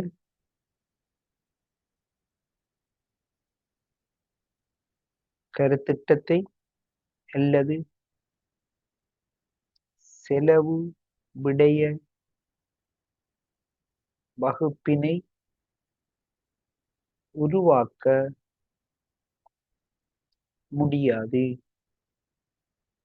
அதுபோல நாம செலவு சேமிப்பொன்று உண்மையாக ஏற்படாத நிலையில் சேமிப்பொன்று உருவாகலாம் என்கின்ற ஒரு எண்ணத்தின் கீழ், ஒரு ஊகத்தின் கீழ் நாம் அப்படியான ஒன்று சேமிப்பு உருவாகிவிட்டதாக கருதி அவற்றை வகை மாற்றம் செய்ய முடியாது. சேமிப்பு உண்மையில் உருவாகாமல் அவை உருவாகலாம் எனும் ஊகத்தின் கீழ் வகை மாற்றம் செய்ய முடியாது. அது போலவே முற்பண கணக்குகள்ல நட்டத்துக்கென்று ஏற்பாடு பண்ணி வைத்திருக்க தொகையில சேமிப்பானாலும் வகை மாற்றம் செய்ய முடியாது. முற்பண கணக்கின் நட்டங்களுக்கான ஏற்பாடுகளில் மீதி இருப்பின் அவற்றை வகை மாற்றம் செய்ய முடியாது. அது போலவே மானிய கொடுப்பனவுகள்ல ஏதும் இருந்து அவற்றில மீதமானால் நாங்கள் வகை மாற்றம் செய்ய முடியாது. மானிய கொடுப்பனவுகளுக்கான ஏற்பாடுகளில் மீதி இருப்பின் அவற்றினை வகை மாற்ற முடியாது. போதும். அதுதான் அந்த கேள்வி. வகை மாற்றம் என்றால் என்ன, வகை மாற்றம் எப்போது தடுக்கப்பட்டிருக்கிறது என்கின்ற முதலாவது கேள்வி. இரண்டாவது கேள்வி, அரச வருமானத்திலிருந்து மீளளிப்பதற்கான விண்ணப்பிக்கும் திணைக்களம் மூலம் கவனிக்க வேண்டிய விடயங்கள் எவை?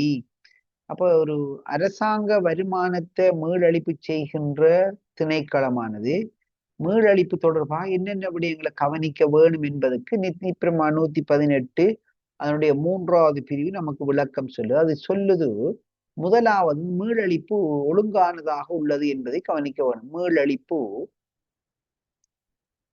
ஒழுங்கானது என்பதை, மீளளிப்பு ஒழுங்கானதாக இருக்குது அப்படின்ற விஷயத்தை பார்க்கணும். இரண்டாவது, அந்த மீளளிக்கப்படுகின்ற தொகை இதற்கு முன்னர் மீளளிக்கப்படவில்லை என்பதை உறுதிப்படுத்த வேணும். மீளளிக்கப்படும் தொகை இதற்கு முன்னர் மீளளிக்கப்படவில்லை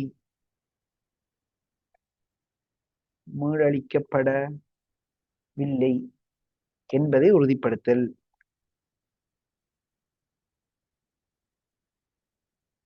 அரசாங்கத்துக்கு வருமானமாக ஆக்கப்பட்ட ஒன்றை மீண்டும் உரிய நபருக்கு கொடுப்பதுதான் மீளளித்தல். அந்த மீளளித்தல் முறையாக ஒழுங்கானதாக இருக்குது என்பது குறித்து பார்க்க வேணும். அப்படியான மீளளித்தல் ஏற்கனவே நாம மீளளிப்பு செய்யவில்லை என்கின்ற அதுக்கான கோரிக்கைகள் நமக்கு முன்வைக்கப்படவில்லை என்பதை உறுதிப்படுத்த வேணும். அந்த மீளளிக்கப்படுகின்ற தொகை சரியானது என்பதை நாம் உறுதிப்படுத்த வேணும்.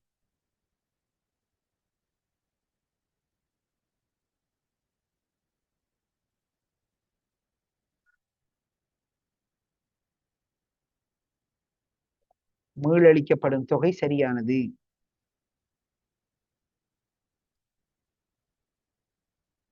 தொகை சரியானது என்பதை உறுதிப்படுத்தல். அதுக்கு பிறகு அந்த மீளளிப்புக்கான அந்த விடயம், மீளளிப்பு பெறுபவர் அதற்கு உண்மையாகவே தகுதி உடையவர் தான் என்று உறுதிப்படுத்த வேணும். மீளழிப்பினை பெறுபவர் அதற்குரியவர் தான் என்பதை உறுதிப்படுத்தல்.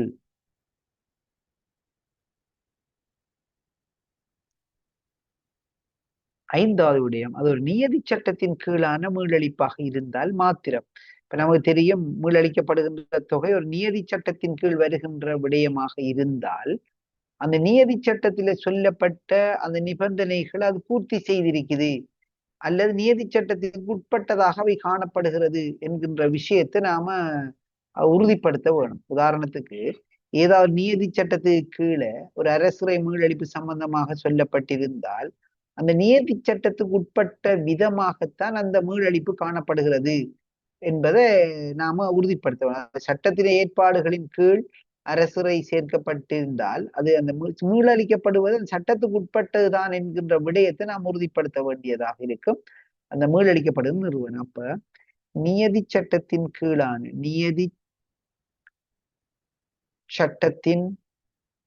கீழான மீளழிப்பின் போது அவை அச்சட்டத்திற்கு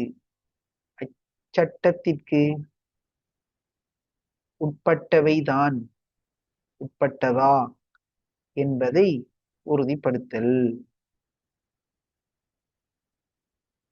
இவைதான் ஒரு மீளழிப்புக்கு பொறுப்பாக இருக்கக்கூடிய நிறுவனம் மீளழிப்பை செய்கின்ற போது கவனிக்க வேண்டிய விடயங்களாக இருக்கும். இது நாம் ஏற்கனவே படிச்சிருக்கோம்.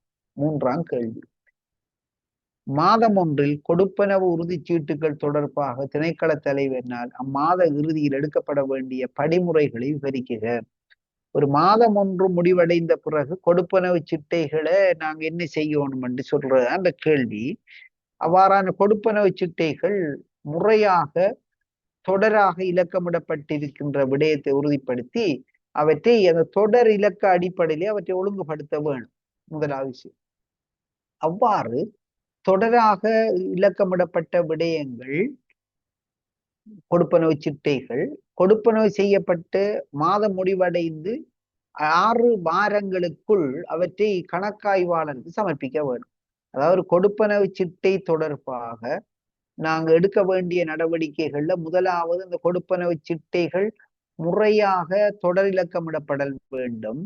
அவ்வாறு இடப்பட்ட அந்த தொடர் இலக்கத்தின் பிரகாரம் அந்த கொடுப்பனவு சிட்டைகள் யாவும் முறையாக அடுக்கப்பட்டு அவற்றை கொடுப்பனவு செய்யப்பட்ட மாதம் முடிவடைந்ததிலிருந்து 6 வாரங்களுக்குள் அவற்றை நாங்க கணக்காய்வுக்கு சமர்ப்பிக்க வேண்டியதாக இருக்கும்.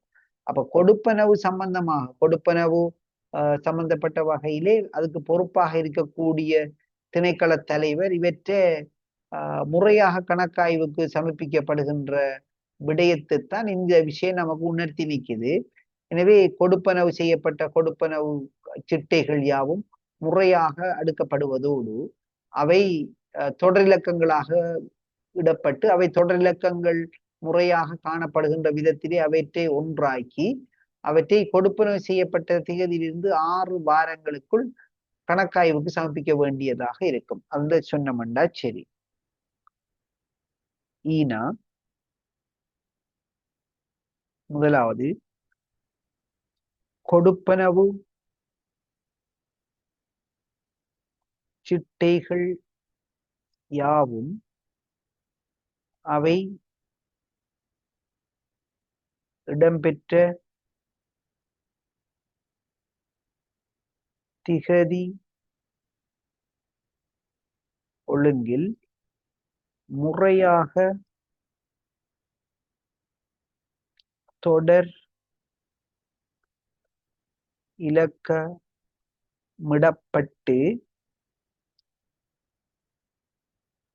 அவை கோவைப்படுத்தப்படல் வேண்டும்.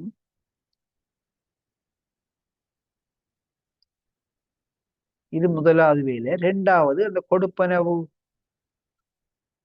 இடம்பெற்று 6 வாரங்களுக்கு உள்ளாக அவற்றை நாங்க கணக்காய்வுக்கு சமர்ப்பிக்க வேணும்.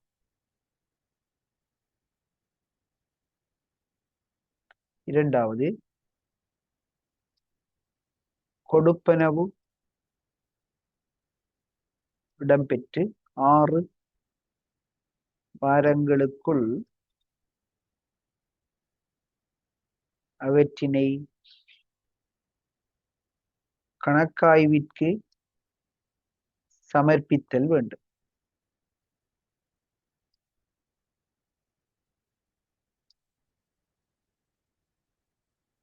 அது நமக்கு 3ஆம் கேள்வி. இந்த கேள்வி பத்திரத்தினுடைய கடைசி வினா பகுதிகள் பின்வருவற்றை சிறுகுறிப்பு எழுதுக. 1 வாக்கு பண கணக்கு, 2 விசேட சட்ட சேவைகள், மொத்த கிரைய மதிப்பீடுகள், கட்டுநிதி அதிகாரம், உரியவருக்கான கொடுப்பனவு. அப்ப இந்த விஷயத்துல நீங்க கொஞ்சம் கவனம் செலுத்துங்க. என்றால் சிறுகுறிப்பை பொறுத்த வரைக்கும் உங்களுக்கு எப்படியும் புள்ளி கிடைக்கும்.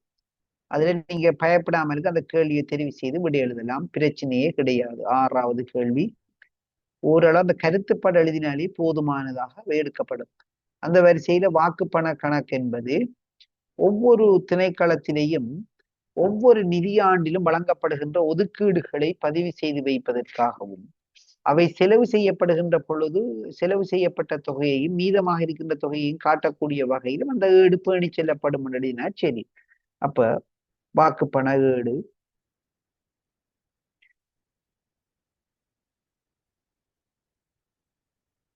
வாக்கு பண ஏடு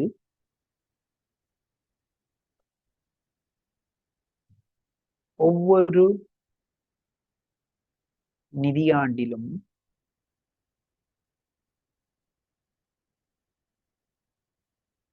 ஒதுக்கீடு செய்யப்படுகின்ற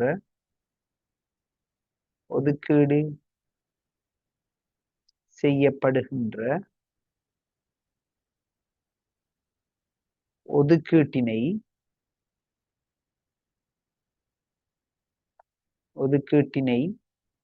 பதிவு செய்யும் ஏடு இதுவாகும். இதில் செலவு செய்யப்படும் தொகையானது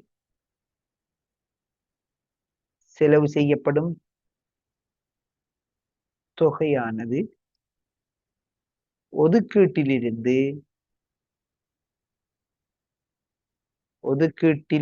இருந்து கழித்து மீதி காட்டப்படும். அப்ப வாக்கு பண பேரேடு என்பது ஒவ்வொரு வருடமும் ஒதுக்கீடு செய்யப்படுகின்ற தொகையை காட்டக்கூடியதான ஒரு ஏடுதான் வாக்கு பண பேரேடு. இதை நாம சொல்லுவோம் பொது 138 என்ற விஷயத்தை நாம இதுல அடிஷனலா நான் சேர்த்துக்கொள்ளணும். அப்படின்னு சொல்றதான் இந்த வாக்கு பண பேரேடு. அதுல நாங்க ஒவ்வொரு நிதியாண்டு நமக்கு வழங்கப்படுகின்ற ஒதுக்கீடும் அந்த ஒதுக்கீட்டுல செலவு செய்யப்படுகின்ற தொகையையும் காட்டக்கூடிய வகையில நாங்க இந்த ஏட்டை பராமரித்து போவோம். அதுதான் வாக்கு பண பேரேடு. 2வது கேள்வி, விசேட சட்ட சேவைகள். விசேட சட்ட சேவைகள் அப்ப ஒதுக்கீட்டு அதிகார சட்டத்திற்கு உள்ளடங்காத ஒதுக்கீட்டு அதிகார சட்டத்தில்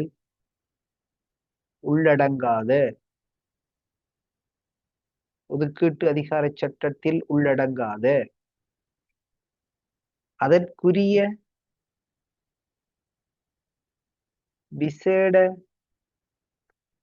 விசேட சட்டங்களில்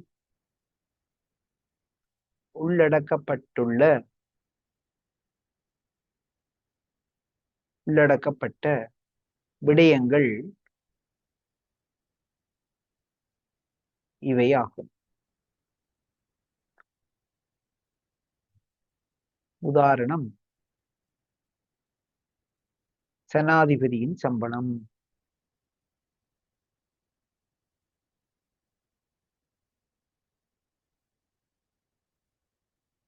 அவைதான் விசேட சட்ட சேவைன்னு சொல்றோம். அப்ப இதுல ஒன்று சொல்லணும் என்ற ஒதுக்கீட்டு அதிகார சட்டத்துக்குள்ள இது வார இல்லை என்றது இதுக்கு நாம சொல்லணும். மூன்றாவது விடயம், மூன்றாவது கேள்வி, மொத்த கிரைய மதிப்பீடுகள்.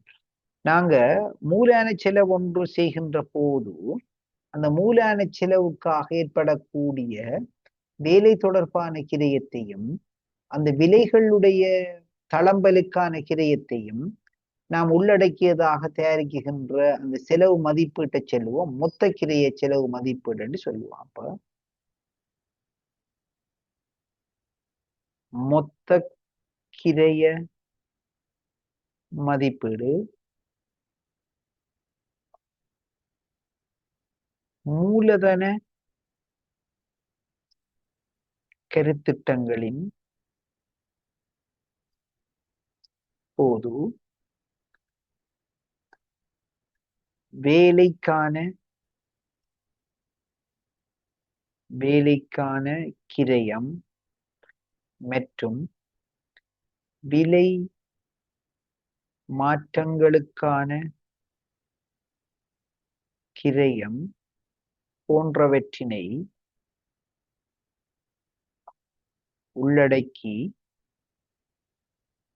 தயாரிக்கப்படும்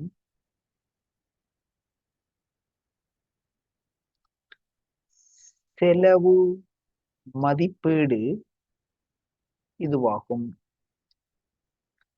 அதாவது இது நாம சொல்ற டோட்டல் காஸ்ட் எஸ்டிமேஷன். இதுல ரெண்டு காஸ்ட் இருக்கும். ஒன்று சிவில் காஸ்ட், மற்றொன்று நாம சொல்ற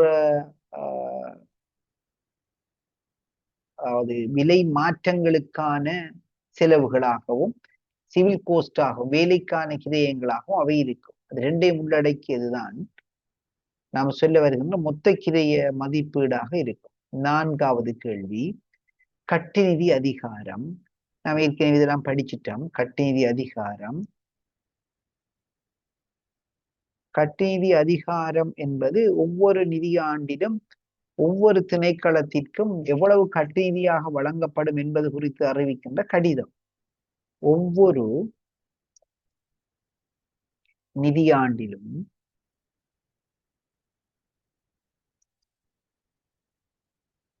குறிப்பிட்ட அலுவலகம் ஒன்றிற்கு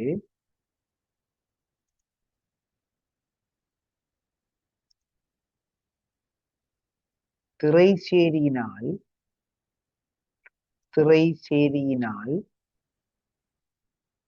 விடுவிக்கப்படும் பணம் குறித்த அறிவித்தல்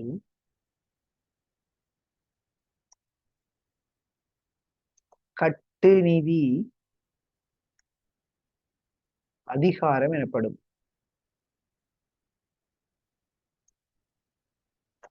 அப்ப ஒவ்வொரு நிதியாண்டிலும் கட்டுநிதி விண்ணப்பத்தை அந்தந்த திணைக்களம் செய்யும். அந்த கட்டுநிதி விண்ணப்பத்திற்கேற்ப எவ்வளவு தொகையை அந்த நிதியாண்டுல விடுவிப்பு செய்வாங்க என்பது குறித்து திரைசேரி ஒழுங்குபடுத்த திணைக்களத்தினாலே செய்யப்படுகின்ற அறிவிப்பு தான் கட்டுநிதி அதிகாரம் என்று நாம் அழைப்போம். கடைசி, உரியவருக்கான கொடுப்பனவு. எந்த ஒரு கொடுப்பனவு செய்வதாக இருந்தாலும் அந்த உரியவர் ஆள் அடையாளத்தை உறுதிப்படுத்திய பின்னரே அவருக்கான கொடுப்பனவினை நாம செய்ய வேண்டும். அப்பாறு உரியவர் அல்லாத இன்னொருவருக்கு அந்த கொடுப்பனவை மேற்கொள்ள வேண்டுமாக இருந்தால் அந்த உரியவர் அதற்கான கொடுப்பனவு செய்யப்பட வேண்டிய நபர் குறித்தான விடயங்களை கடிதம் மூலம் எழுதி அந்த உரிய நபருடைய ஆள் அடையாளத்தை உறுதிப்படுத்தக்கூடிய விடயத்தை நாம் செலுத்துவதன் மூலம் அந்த உரியவருக்கான கொடுப்பனவு நாம் செய்து கொள்ள முடியும். உரியவருக்கான கொடுப்பனவு எல்லா கொடுப்பனவுகளின்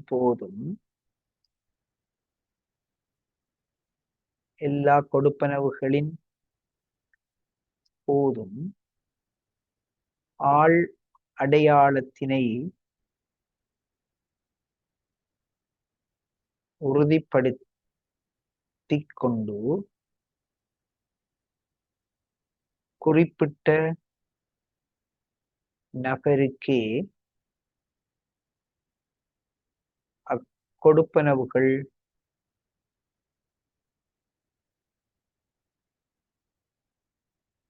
மேற்கொள்ளப்படல் வேண்டும். அவ்வாறு உரியவரல்லாத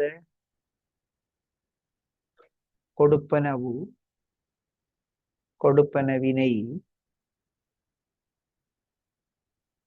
அவர் சார்பாக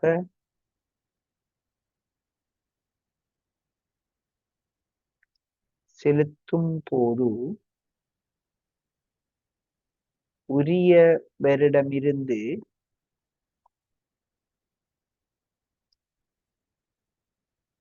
அதற்கான உறுதிப்படுத்தல்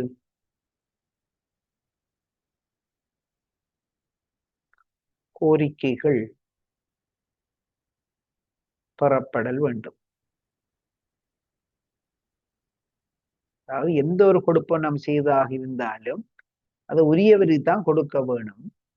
அந்த உரியவர் அல்லாத போது அந்த உரியவருக்கான கொடுப்பனம் என்பது அந்த உரிய நபருடைய கோரிக்கைகள் நமக்கு முன்வைக்கப்படுமாக இருந்தால் அந்த கோரிக்கைகளை நான் ஒரு பதவியிலே உத்தியோகத்தில் அவற்றை உறுதிப்படுத்தி கொண்ட பிறகு அந்த வருபவருடன் நாம் அந்த கொடுப்பனவுகளை செய்து கொள்ள முடியும்.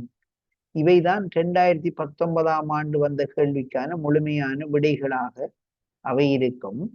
எனவே இது போலவே நாங்க ஒரு 4-5 பேப்பரை பார்ப்போமாக இருந்தால் நிச்சயமாக அதுக்குள்ள இந்த கேள்வி பேப்பர் அடுத்த கேள்வி பேப்பர் பார்க்கல இதுல பார்த்த கேள்விகள் நமக்கு ரிப்பீட் ஆகும். அப்ப அதை நாம விடை எழுதுறது இல்லை. அதை அப்படியே விட்டுட்டு நாம புது கேள்விகளுக்கு மாத்தினா நான் விடை கொடுக்க போவோம். இப்ப இந்த கேள்வி பத்திரத்தில நமக்கு பெருகை தொடர்பான விடயங்கள் இல்லை. அப்ப அந்த அளவுக்கு இருக்கல்ல. பெருகையை நான் உங்களுக்கு விசேடமா கற்பித்த நோக்கம் என்னென்னா அது இப்ப இருக்கக்கூடிய ட்ரெண்ட். ஆகவே அதை நாம தெளிவாக எடுத்துக்கொள்வோமாக இருந்தால் அதுல வரக்கூடிய கேள்விகளும் இனிமேல் அடுத்த கேள்விகள் நாம் அதை பற்றி பார்த்து கொண்டு போகலாம்.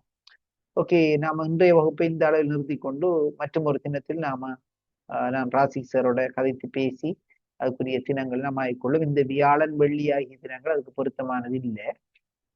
ஞாயிற்றுக்கிழமையும் பொருத்தம் இல்லை. சனிக்கிழமை முடியும் என்று சொன்னா ராசி சாரனுக்கு அறிவித்தால் அதை பற்றி நான் கன்சிடர் பண்ணி கொள்ளலாம். இல்லை என்றால் நம்ம செவ்வாய்க்கிழமை அதுக்குரிய விடயத்தை பார்க்க வேணும். இன்ஷால்லா நான் ராசி சார் என்னோட கதைத்து பேசுவாங்க. அதன் பிறகு நாம் அதுக்குரிய முடிவுகள் எடுத்துக்கொள்வோம். அனைவருக்கும் அன்பின் பணி. அஸ்ஸலாமு அலைக்கும். வணக்கம். சந்திப்போம்.